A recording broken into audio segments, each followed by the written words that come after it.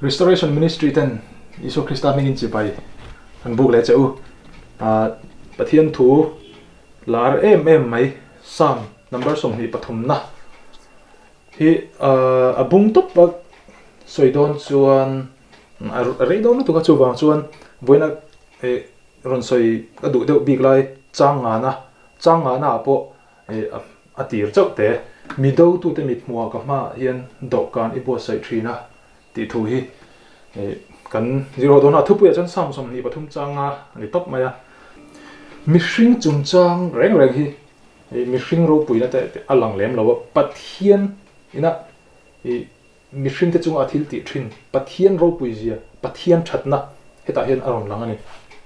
tu mo chan chin ani lo lalpa chun chumi chu ti hlir ani mido tu te mit muwa ka ma hian dawhkan i bo sai thina ti hi dawhkan ti lai tak hi hei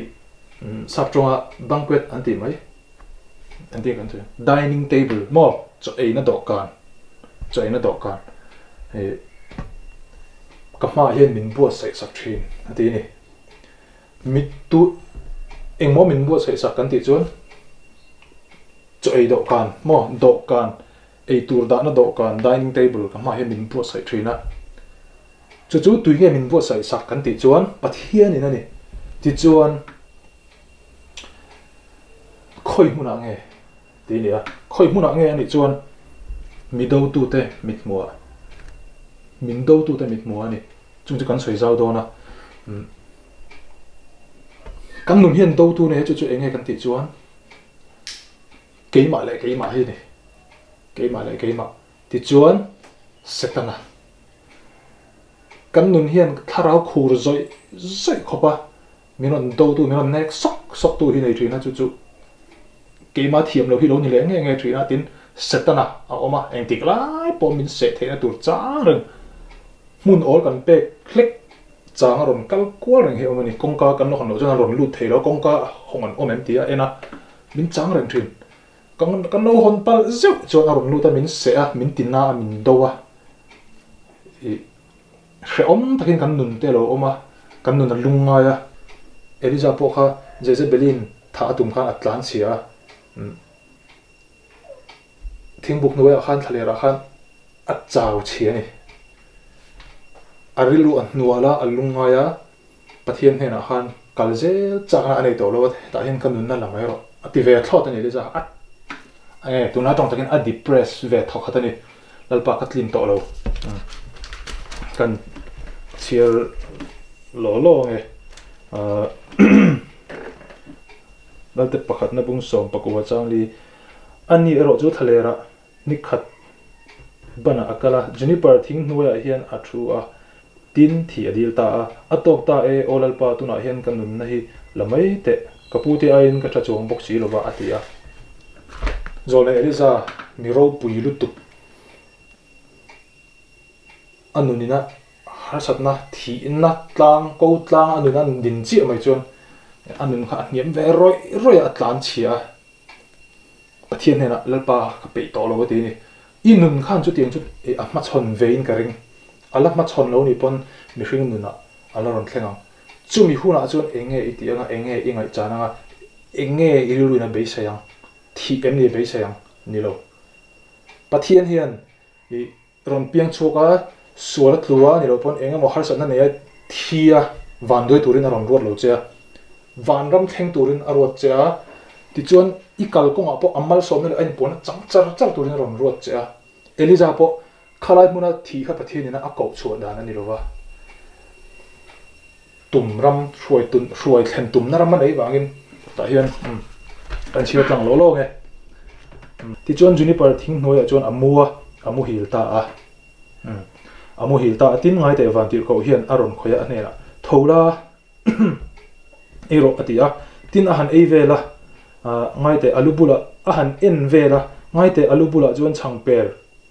lungsa hem min diam le tui thol hi alo oma tin a eya a ina amule ta tin changsarina lalpa van tir ko chu alo kal non le aron khoya thola ero ikal la tur ichel lovange atia eliza kha han le lo wang hala eliza chanchin bi ga han chumi zo sama an le lenga eliza kha alungaya apei to lowa tling to lovina ingaya thi adu to ni kan nun hian lungai na har satna to chuan thil tha be sei nai mu har em maya jona te chuan van ne ya pathian thatna athan thira han chu bible an chhir na sa ti hriat ani jona te khan an hunai pathian thu chhir tur om kha an lo bel ve em thin ti kha hriat tel angaya pathian thatna hi en ram alo thani ti an thriat vai sang ha pumpui tang po khan har san thlir in pathian thatna zo a thlir thiawa chu tian chon ke ni pon kan thlir thiam lo chuan kapma hi thing hlirin khatani har san hlirin khatani ka kal pe to lo kal chak na kan ni to lo ve ti hi kan nun in adu thlan na chu lo ni thrin ni kan nun hi a khur zoi kan tharawa khur alungai a hlawa ma se elija ne ra han thi adil ta atok ta e olalpa tuna hian kan nun na hi lamai te ati khan pathian ole I chak boka tin pathian an nun na lak sak lo a chan chu khalai mun kha a chau na mun thi adil na mun kha pathian a top na ta na arwa thani tlak lo chu wang chuan amu hi la pathian in eitur aron pe ni eitur sam som ni pathum changa kapma hian do ka ni bo sai aron ti chia kha khamin khan lo rem khom la aron buat saya ti chon a amule anwa aron pelea pathian hian ta hian kha ka pe che lo chhum hin ro ti lo a min sai na ron pe ni eitur kha ti chuan pathian chon ting e ti thola e ro mo ikal na tur la thui si thola e ro a hem hin cha pathian kha ta han engan yang chef aron ni chu ei siam tu aron ni pathian ei tur aron pe a ka ro elija ka ro ikal na tur la thui si e ro hei eira kal zero aron ti chu pathian duk sakna ni mi do tu ta mit mo kan nun hian do tu mel ma kan nun le ka tharau ti chaw khopa bin ep tu aron le gunai pathian in elija hian hei eiro ti a thu tak minon pe ni ka ma hian do kan minon bo sai sak thin ta a pathian I ma boron bo sai sak thin cha ei tu la chon eng chunge ron in chop buina hin kan ei khopin chawin pe che dal pa bona katan enge chawmin pek le tia I chhir kau thin chuan email mate mit muwa pathian in ei tur a pe che chu I ei chuan elijang hian kha har satna kha idun train abo ngal dok dong reng chu pathian kal phung po ani lem lo wa mail mate mit muwa do kana ron bo sai sak che chu chuan email mate ne theina pe che ni elija po pathian khana du chuan khalai huna tang khan hore pa a transfer pop the I savalian chi te po a tho phe a phur phe ri the ma se ti mi lo a kal ze na ta na chak na pe turin cho pe ni voina hian inunin indona har sat na lungai na hlau lut tuk na te khur zoi khopa inun cha ngoi na te point mel ma do tu inei mai thei chumi huna chon pathin in kha mun kha I chawa I tluk che na ta na arwa ta ni lo wa I ma dok ka na ron po sai a chon ei tur oma ei tur chu ama ani ama in ei tur ron po sai sak che a ei tur ta na I dok ka na ron da chu ama le athu chu ama po thu athu tiam rang anung pathin chu ka tiang di chu ani thap a thleng ngei zera alu ni model pa hei voina ka ei tur min pek chu ni tin lo ei thin la ti chuan email ma te chuan pathian in adu sak je chen huang setana a murang iriru chon setana alo mu ve ti po shelo setana na shera thak lu tu ni pathian thu fian rela I ei mol setana na shelu tu he so min ne don pathian in ma do ka na bu sai saka tharau sa te tharau cho te ni tin setana he alo hu phur che ni ti long nang ma pon lo in shero thu oi na ne joso bung a chang khata thu oi na le pathian rin na ne na I kal chuan email ma te khur che zo sai na lo omani ti rela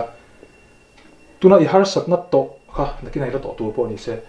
I to na ta na pathian na ro ta ni lo a ai chak zok in ilijang khan I la kal le don ma ba gi la nga lu tu chu pathian ria chu ma chon hei e ro I kal na tu ra thui ru tu ati che ni lo be dong su dal pan roi je se ra ba som che ro se